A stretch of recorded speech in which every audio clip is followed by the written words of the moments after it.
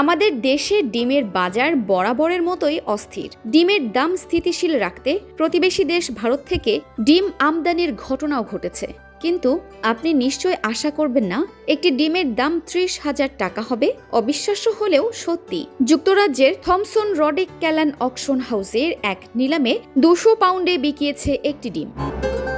The টেলিগ্রাফের প্রতিবেদন অনুসারে ডিমটি আকারে ছিল পুরোপুরি গোলাকার। একেবারে গোল আকৃতির এই ডিম শুধু দুর্লভ নয়, বলা চলে অতি দুর্লভ। গোলাকৃতির ডিমের মতো এমন ঘটনা 100 কোটির মধ্যে একবার ঘটে। মূলত এই গোলাকার ডিমটির আবিষ্কারক ছিলেন স্কটল্যান্ডের আয়ার শহরের এক নারী, যিনি এটি স্থানীয় সুপার মার্কেটের একটি বক্সে খুঁজে পান। শেষ পর্যন্ত নিলামে বিক্রি হয়েছে 200 পাউন্ডে, যা বাংলাদেশি মুদ্রায় প্রায় 30,000 টাকার সমান। যুক্তরাজ্যের বার্কশায়ারের ল্যামবর্নের বাসিন্দা অ্যাড পাউলেন মজার এই ডিমটির জন্য 150 পাউন্ড খরচ করেছিলেন।